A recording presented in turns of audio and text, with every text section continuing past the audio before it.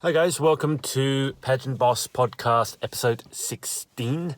It is a bright and chilly Monday morning here in Sydney, Australia. In some of the previous episodes, I was complaining basically that it was so hot in my car, and I'm in my car again. It was so hot in my car that I had to stop because otherwise I was going to basically pass out. But now it's chilly and it's actually quite comfortable in the car. The windows are frosted over, which here in Australia is about as bad as it gets. I did spend some time, I think it was when I was in the Midwest of America, the United States, and I had to use my fingernails. It was horrible, actually, if you've ever had to do this. You have my sympathies. I had to claw at the ice that was on the window. It was horrible because the window wipers, when you have ice on your windows, do nothing. They just go over the ice. So I actually had to use my fingers to crack it and pull it off. I think I still have frostbite to this day. Anyway, what we're going to be talking about today, over this last weekend, which, by the way, had the 25th of April, so it was both Anzac Day for us here in Australia and New Zealand, and, of course, the perfect date, as mentioned in Miss Congeniality. I had quite a few coaching sessions, I think 3 or 4, with queens who are in big pageant systems, like the biggest in the world. And what I've noticed is, what I want to give you today is the one question that I both seem to have to ask everyone, but also the one question that seems to be the most helpful to them.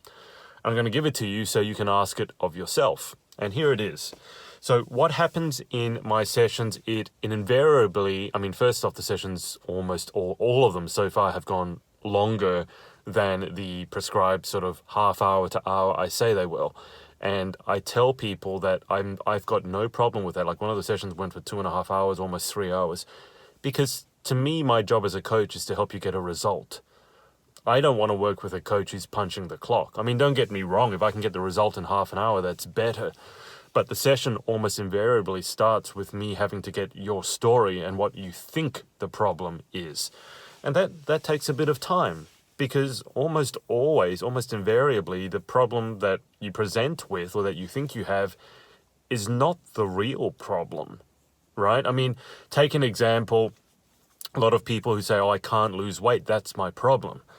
Well, maybe that's not, that's obviously a presenting problem, but very often when you dig underneath, there's an underlying emotional problem, right? That might go all the way back to childhood. So our sessions will start with the story, and don't get me wrong, like two things have really struck me. These women are monstrously intelligent, like scarily intelligent. I was coaching someone on the weekend, and I kept telling her, I've never seen anyone who's had that level of strategic thinking outside of myself. A lot of people, like when I did the book last year, Confessions of a Pageant Queen, people thought I was on the spur of the moment. It wasn't. And there was a reason I did it the way that I did, but I don't normally tell that to people because A, they're not interested, and B, they probably wouldn't understand all the things I'd been thinking about before going into that. And, who cares anyway, really? We've all got our own lives. But they're monstrously intelligent and capable and determined and all sorts of other things. But B, it's kind of like the story. Here's where it really strikes home. The story that they tell me about why they have the problem that they do or the challenge that they do, they're almost always judging themselves for it. Like, really, really quite harshly. I was working with one young lady who told me a story, and she had suffered a death in the family, like the death of someone very young. And then she, obviously, we'd gone through COVID. Everyone's gone through COVID, but she had to work from home, and then she had some other things going on. And then her presenting problem was that she just wasn't quite, in the right mindset, in the right mind space. And I said to her, and here's a question for you. I said, look, I want you to take yourself out of the equation for a second. And if someone else, right, not you, but if someone else had just told you the story that you've told me, right, and it's not you, it's someone else, right? They had a loss in the family. They dealt with COVID really, really badly. They got all this other stuff going on, and now they're wondering why they're not in the right mindset for a pageant. And it's not you. what would you say? What advice would you give that young girl in front of you right now? And almost invariably, when I ask this question, these girls, as intelligent as they are and as quick as they are to respond, that question will actually stop them dead in their tracks. And they'll really have to think about it because they're so conditioned. We are all so conditioned to tell our own stories and expect a certain level of response. And then we judge ourselves. We're also used to judging ourselves in a certain way because we're just used to it. But if you take your story and your situation and you put it outside yourself, you rid yourself of the problem of blind spots, right? Because we all have blind spots when it comes to ourselves. Some people have bigger blind spots, to be sure, than others. But we all have a certain part of ourselves that's harder to see. And it's a lot easier to see it in other people. I mean, this is the example when a lot of people will tell me I'm the one that, I'll have someone tell me, oh, I'm the one that everyone comes to advice for. But I just find it really hard to, know what I should do myself. And there are lots of people like that. So these people, these queens, these amazing young women, when I ask them that, they will have to stop. And you'll see them really think. And it's almost like you can see their brain ticking over and going, oh, geez, wow, okay. If someone else outside me have had that story, oh, geez, I think first thing I tell them, it's okay. That's almost always the first thing. It's like, geez, it's okay. Like, don't be so hard on yourself. And look, I'm guilty. I'm as guilty of this as you are. I'm not judging by any stretch of the imagination. But it should tell you something and set off alarm bells that almost always the first response is, well, geez, you deserve to have felt like that. It's okay. Like, don't beat yourself up. That's almost always the first response. And then the second response normally is the solution to their problem, which normally is very simple. It's like, yep, I should get in a routine. I should go and do this. I should go and commit to that. And, the strategies, the tools, the answers, the solutions, they do differ from person to person and situation to situation because everyone comes to me with slightly different problems or wildly different problems sometimes. But almost always, the trick here is that I take you out of your own way. I get you to see your exact situation in someone else, a hypothetical someone else to be sure, but someone else. And then you're able to give that hypothetical someone else the perfect solution for their quote unquote problem.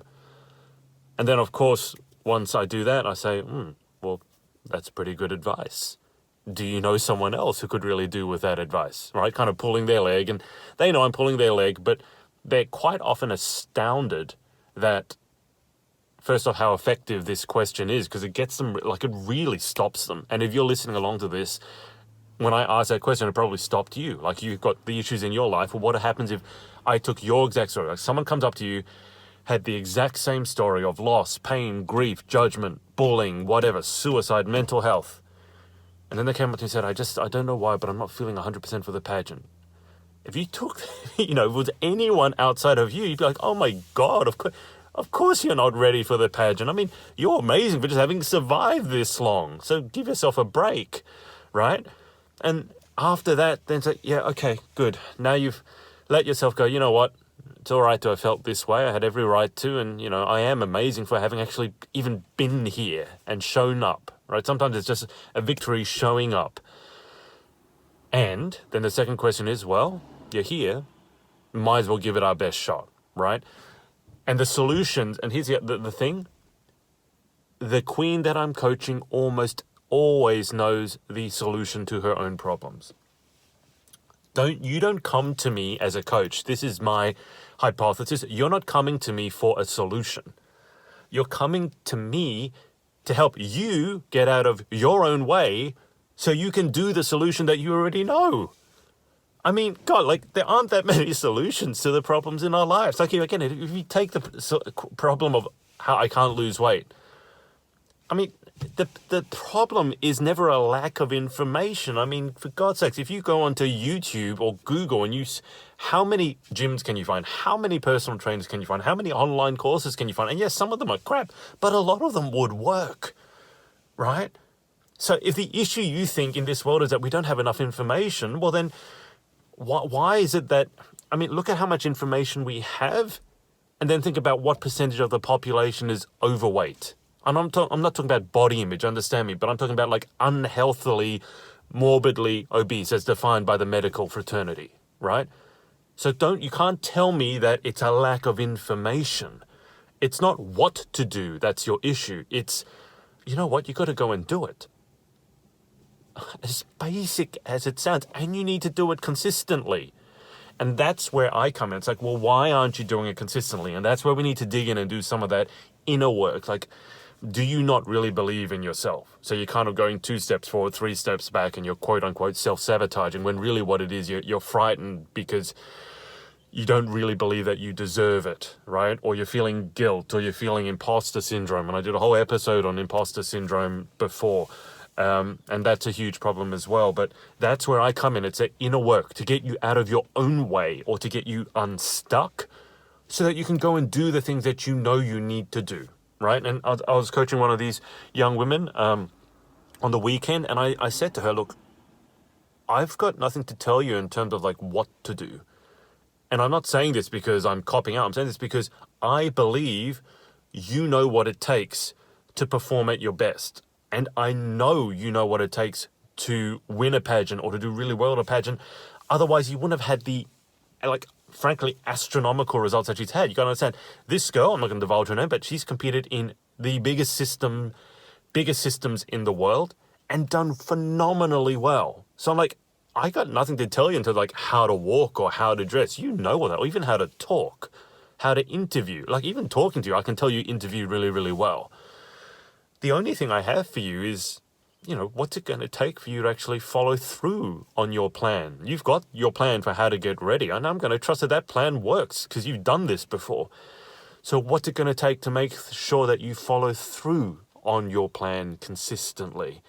And that's where we had to dig in. I gave her some basic concepts such as leverage, which I've told before in this podcast about the dog food story. And if you haven't heard that story, then I think it's a previous episode to this one where I talk about how my coach got me to buy a pouch of dog food. Long story short, you don't need motivation when you got leverage. Let's just put it that way. And she got leverage on me and I followed through. So I just wanted to give you that question because it's a question that seems to be I'm asking in every session. And understand, I don't go to a session going, okay, at 30 minutes in, I'm going to ask this. It's not for me. It's not a script. But it's just that after hearing the story, because it always starts with, I need to hear your story and I need to hear you tell me what you think the problem is. And then you hear almost always, because these women are amazingly accomplished, you hear amazing stories. And I'm like, oh my God. And you're beating yourself up. Why? Right? I mean, if I had lived your life, I wouldn't be beating myself up. But because we judge ourselves so harshly. But then, as I said, that question is, okay, if someone came to you and they had the story that you just told me, so they had your exact story, they survived the exact same horrors, and now they're coming up to you and they're saying they don't just quite feel ready for the pageant. And it's not you, okay? We're not talking about you. It's not about you. If that girl came up to you and told you the exact same thing and wanted advice, what advice would you give her? And if you're really doing this, that will stop you in your tracks. It'll make you think. And sometimes you're going to really engage because it's difficult. It's a difficult mental exercise to get out of your own way, to hear that story, your own exact story, but remove it from yourself.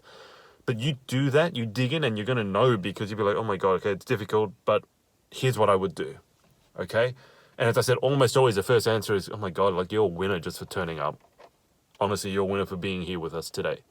You really are. And then secondly, it's, well, you know what you got to do. If you want to press ahead, and since we're here, go for gold anyway, well, get your plan. Most of them, by the way, already have the plan. I've never had to tell them what their plan should be, and I don't really want to work with people like that. If you're so lazy you can't formulate a plan, I got no conversation for you. I don't like working with lazy people, or unmotivated people, I should say. So then, you got your plan, and then the second part is, well, what's it going to take to make sure you follow through with your plan? Because if you really execute on your plan 110%, you're going to walk off that stage a winner. And by winner, I don't mean you walk away with a crown. You could come stone cold last, but you will walk away with your head held high with a sense of pride in yourself. Not ego, but pride, because you know you put in everything.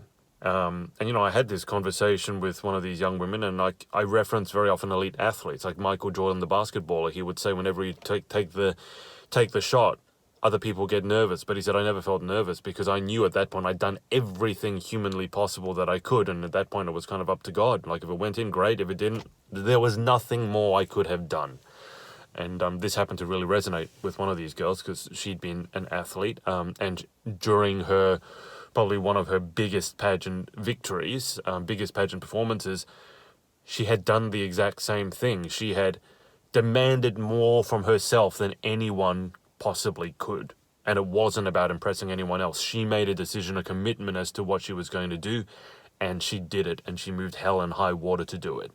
And I, as often happens in these sessions, just reminded her of her own strength and some of the highlights from her life. And very often that's all you need as well. You don't need me to pump you up. I don't believe in pumping someone up because it only lasts for like the call and then maybe a day or two, and then you're back to, your kryptonite sort of Clark Kent that you were before, your kryptonite Superman. That's no good. But if I can remind you of the times when you've performed amazing feats and done so well, and I can remind you of your inner strength and just how amazing and accomplished you are, and it's not blowing smoke. It's not difficult when you hear the accomplishments that I did from these women over the weekends. Like, hi, I am making this up. You're amazing. But maybe you just need to remind yourself of that, and not just intellectually, but emotionally attach and reconnect to it. Remind yourself how amazing you are, and then realize, geez, this woman that's in front of me will have no problems crushing the, oh dear me, crushing the obstacles to her dreams, right? Because you and I both know obstacles are going to come up. But you have the strength and the ability, demonstrated strength and ability to crush them. So I hope this helps. If you come to a session with me, at some point, I may not ask this question all the time, but I will guarantee you at some point it's going to be inner work. And that a lot of the time is getting you to get out of your own way. So hope that helps. If you're listening to this and you haven't joined our free Facebook group, the Pageant Boss Facebook group, do it. That's where the best conversations happen, and that's where I'm going to be making special offers in terms of not only discounts on coaching, but also that the courses that I'm going to be coming up with, the pageant summits, the pageant masterminds. The people in that group are going to be the first to know. They're going to get early access to really help make sure that whatever I create is really what you guys want. And just general social media is not the best place for that because you never know if it's cutting through. So join up at facebook.com/groups/the Pageant Boss. If you just search the Pageant Boss on Facebook and use the group toggle, the group filter, hopefully it should come up. It is a public group, but you have to request to join. So do that. We're building our community, and God, it's a community of amazing people. Like the people who've reached out to me for coaching, I'm like, oh my God, uni coaching? Wow. Like, it just boggles my mind. But then, this is why I say, like, success doesn't get rid of imposter syndrome. It really doesn't. In fact, sometimes it makes it worse because you feel like you've got more to lose now that you're a known quantity. But look, join that Facebook group and, look, get out of your own way. Just honestly take a moment to realize how amazing you are, because if you'd spoken to any one of the women that I did on the weekend, you would realize, geez, you're amazing. Like, you really, really are. And I can see it. And I'm fairly accomplished myself. So if I'm looking at you going, oh my God, you're amazing, why can't you do that for yourself? And again, me, pot, kettle, black, I know I'm guilty of it too. But maybe we can all do each other a favor and remind ourselves of how amazing we are and get out of our own way. That's it for today. I'll see you in tomorrow's episode.